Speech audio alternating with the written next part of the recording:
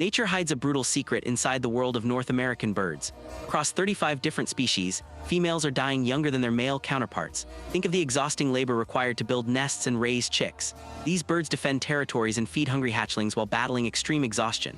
This constant physical toll seems to shorten the lifespan of female birds. It is a complete mystery because female mammals usually live much longer.